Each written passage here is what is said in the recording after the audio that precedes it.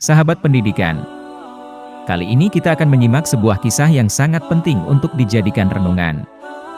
Kisah tentang ustaz muda dan ulama yang tak fasih baca Al-Fatihah.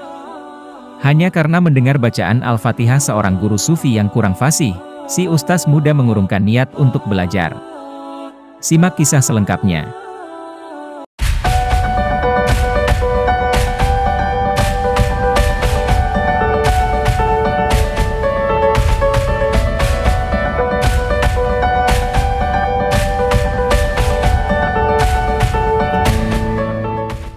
Sebuah kisah yang diceritakan Imam Nawawi dalam kitabnya, bisa menjadi cermin bagi kita untuk tidak sibuk dengan urusan yang tampak. Segala yang tampak hanya akan menutupi kita dari kebenaran.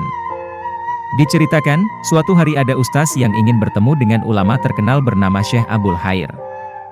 Dia adalah seorang guru sufi terkenal yang tinggal di tengah padang pasir. Ustaz yang masih muda itu ingin menemui Syekh Abul Khair untuk belajar mengenai ilmu hikmah.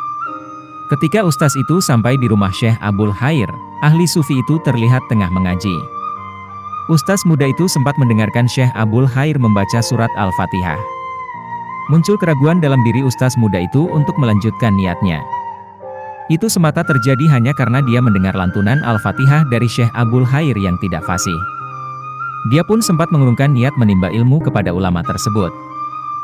Bagaimana mungkin seorang sufi terkenal mahroj bacaan Al-Fatihahnya saja tidak bagus, bagaimana mungkin aku jadi muridnya, kata ustadz tersebut dengan bergumam. Dia urungkan niatnya untuk berguru pada Syekh Abul Khair. Kemudian, dia pergi dari rumah guru sufi itu. Di tengah jalan, dia dihadang oleh seekor singa padang pasir. Singa itu terlihat buas, mengaum, membuat bulu kuduk si ustaz berdiri. Ustaz muda itu ketakutan dan mundur beberapa langkah. Sayangnya, di belakangnya sudah ada seekor singa lain yang sama buasnya. Dia pun terjebak di antara dua singa buas. Saking takutnya, ustaz muda itu menjerit. Suaranya sampai terdengar oleh Syekh Abul Khair. Seketika, ulama ahli sufi itu keluar rumah dan menatap dua ekor singa tersebut. Bukankah sudah aku katakan padamu jangan pernah kalian mengganggu tamuku, ujar Syekh Abul Khair kepada dua ekor singa tersebut. Seketika, hewan buas itu duduk bersimpuh di hadapan Syekh Abul Khair. Guru hikmah itu lalu membelai-belai telinga dua singa tersebut dan menyuruh mereka pergi. Dua hewan itu menuruti perintah Syekh Abul Khair. Melihat hal itu, ustaz muda itu keheranan. Bagaimana Anda dapat menaklukkan singa-singa yang begitu liar itu? Tanya ustaz muda tersebut. Selama ini aku sibuk memperhatikan urusan hatiku. Bertahun-tahun aku berusaha menata hati hingga aku tidak sempat berprasangka buruk kepada orang lain. Untuk kesibukanku menaklukkan hatiku ini, Allah Subhanahu wa Ta'ala telah menaklukkan seluruh alam semesta kepadaku.